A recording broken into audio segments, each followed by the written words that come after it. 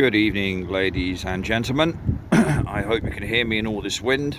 I'll try and cover my hands without blocking the screen, of course.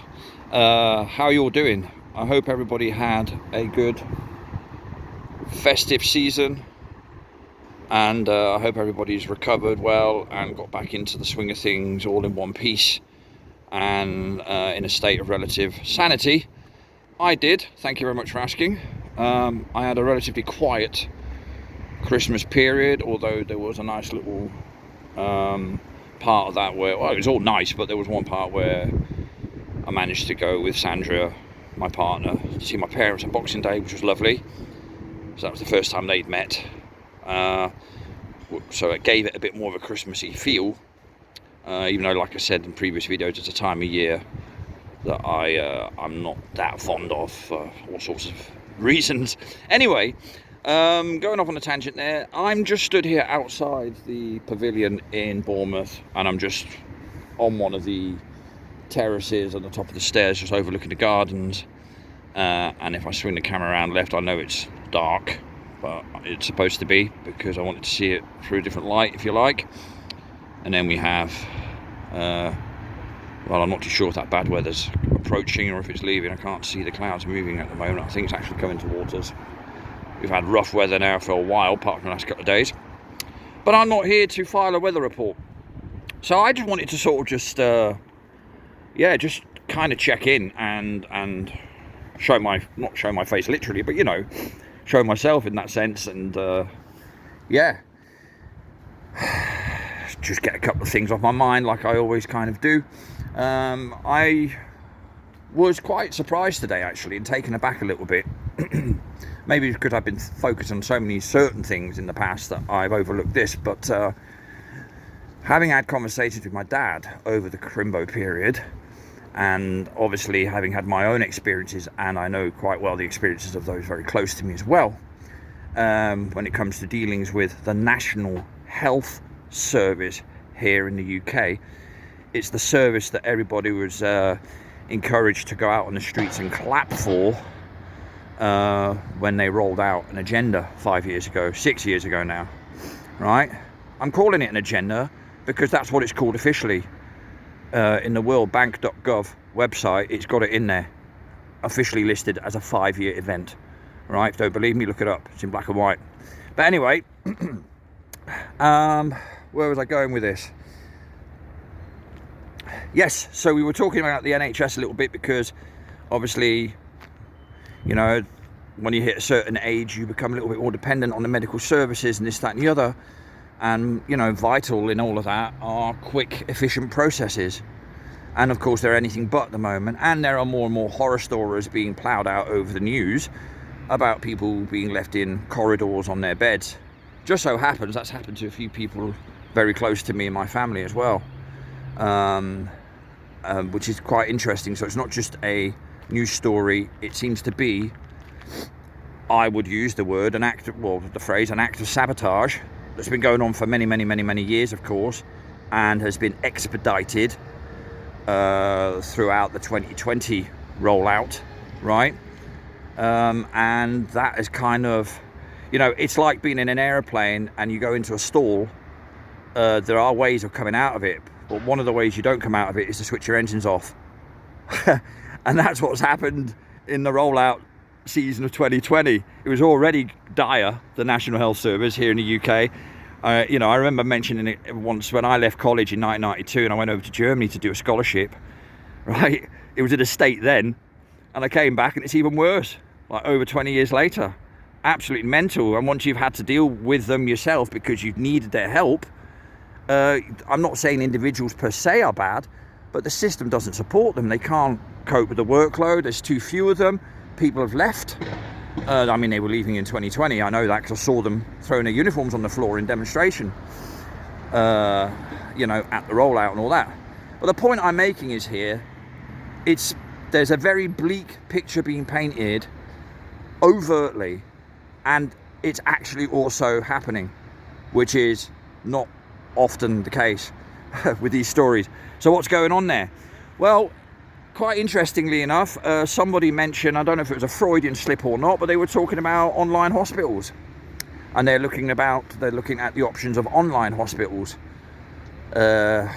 which is, you know, I'm not saying it surprises me, but it's again a great example of how people are being maneuvered, with the help of people going along with it, by the way, and consenting, into a certain way of dealing with a certain situation. So whether it's going shopping, for example, or whatever it is, you know, a lot of the times now people do it online because they don't have a store nearby that maybe, for example, sells frying pans. I don't know, I'm just thinking of something household random. If you're not living near a household appliance sort of place, you're stuck. You don't have those shops anymore. Certainly not where I live, right? So the point I'm making is, you know, there is a definite push to have everybody doing pretty much everything online, right? And that now includes medical assistance and triages, which are bad enough, that are carried out over the phone, where you're not even getting to see your doctor then, right? Excuse me for, I don't have the right filters on this phone. I probably do, but I haven't got them activated to stop the light from glaring the way it does, but never mind. So the point I'm making there is, it feeds into a lot of a lot of videos where I've mentioned the NHS, and people kind of noticed, but it's sort of a topic people have grown accustomed to. They've become desensitized to, which is part of the reason why they're doing it so overtly, to get people used to it. That's always something you have to look out for. If they keep repeating a certain message that's actually not happening, or looks like it could, well, it's because they're preparing you to accept it when it does, right? And you look down all the years of all events that have happened, you'll have the same pattern leading up to it. But that's another story. So, catching my breath, it's just a further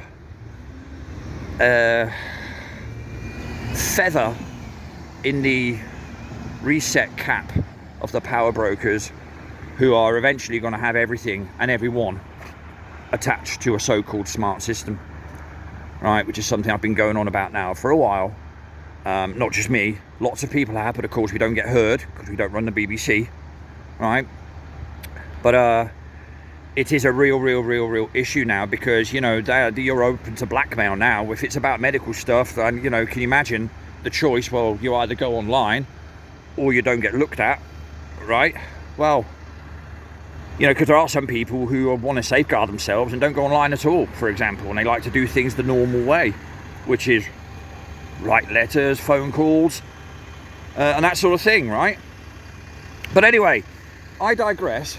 So I just wanted to bring that because I thought it was a really important bit of news. Not the fact that the NHS is going down the pan, the National Health Service. It's been going down the pan for decades now. That pan must be twice the size or twice the height of Everest.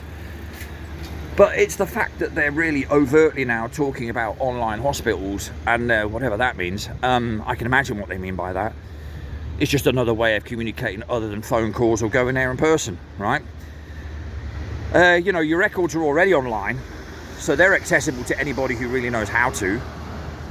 You know, everything, all our personal data is online and out there in the technological ether. I'm just speculating there, no proof of an ether. So, you know, it's a further opportunity for people to go, hang on a minute, and chip away at their cognitive dissonance, if you like.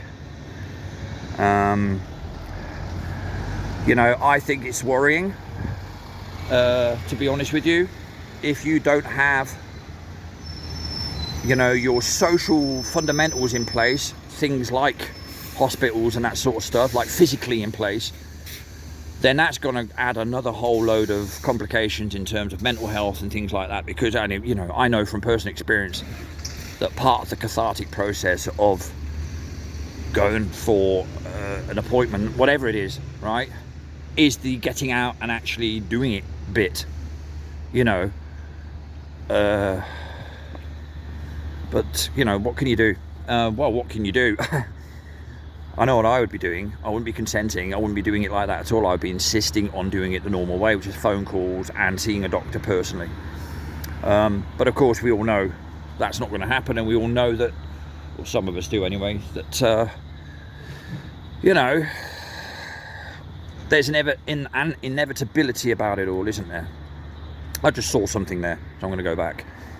That is quite, how can I put it? Symbolic of us. This is a dome, as you can see, and it houses lots of birds. And they're all very quiet now because they're all sleeping. I don't know if I can see in there.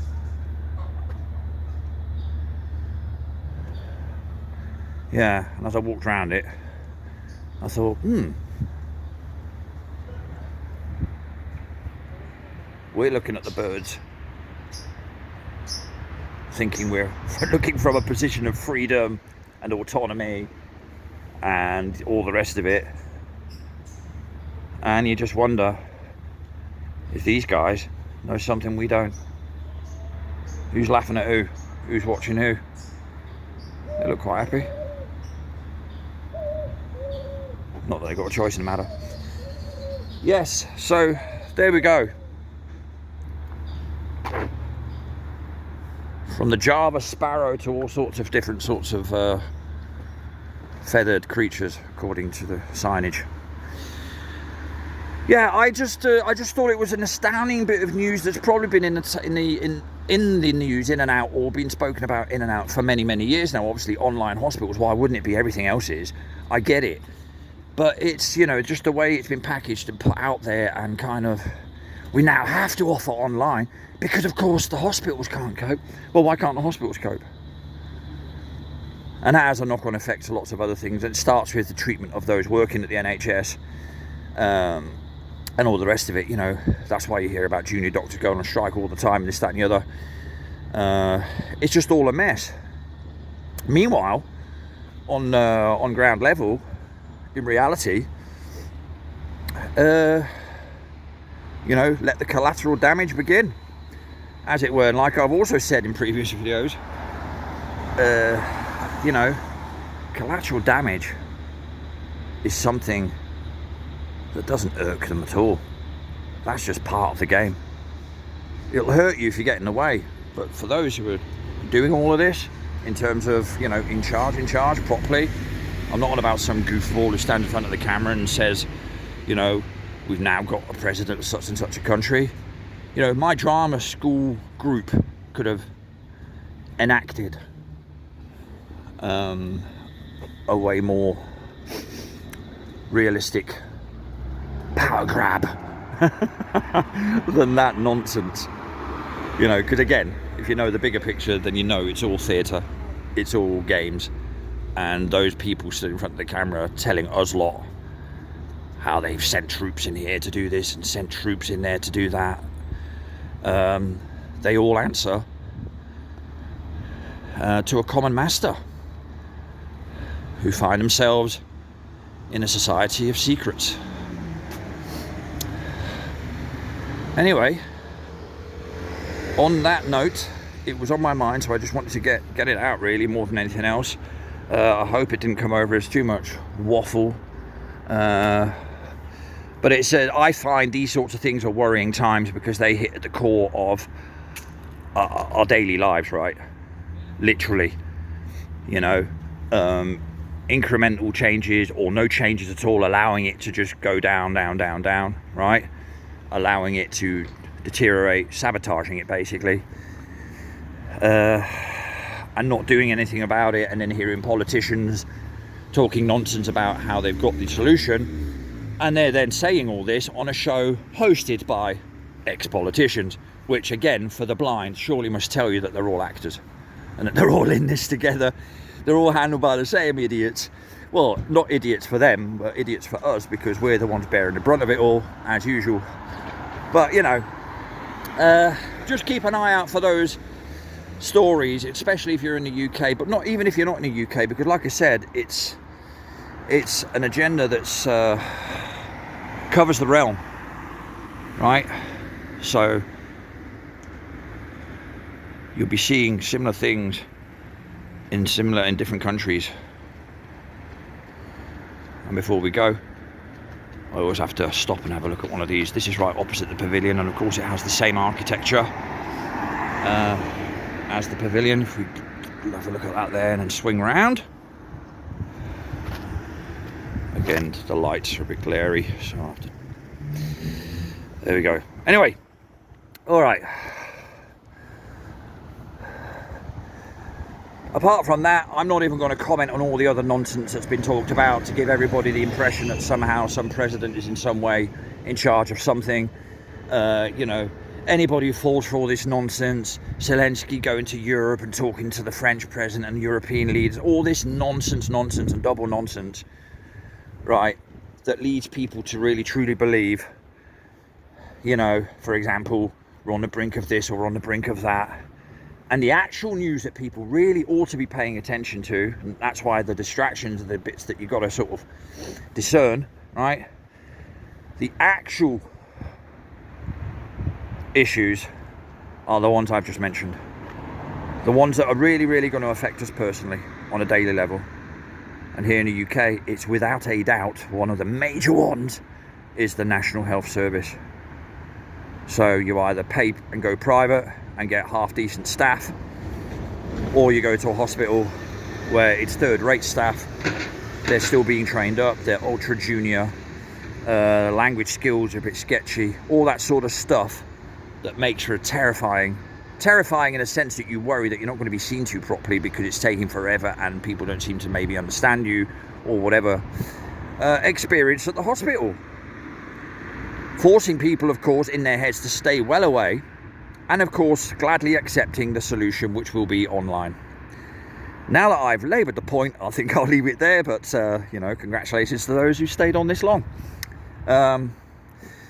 Yeah, interesting, definitely.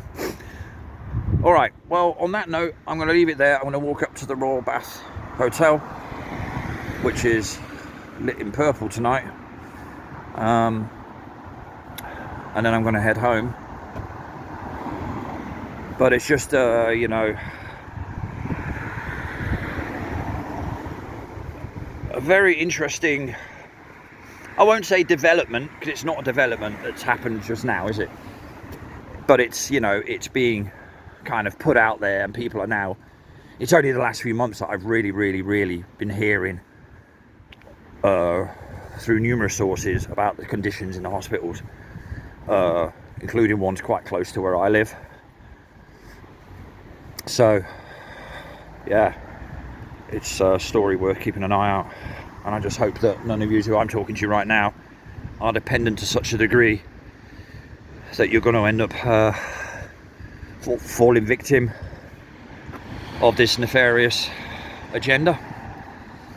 Okay, well, on that note, I'm going to leave it there and offer you a nice frontal halfway up the building view of the Royal Bath Hotel, because of course the road that I'm stood on is raised way up, way up. So this is well, it is right close to the tops of these buildings as opposed to the bottom of them. All right, anyway, on that note, thanks for popping in, and I'll see you all soon. Some of yous much sooner. Until then, take it easy and ta-ta for now.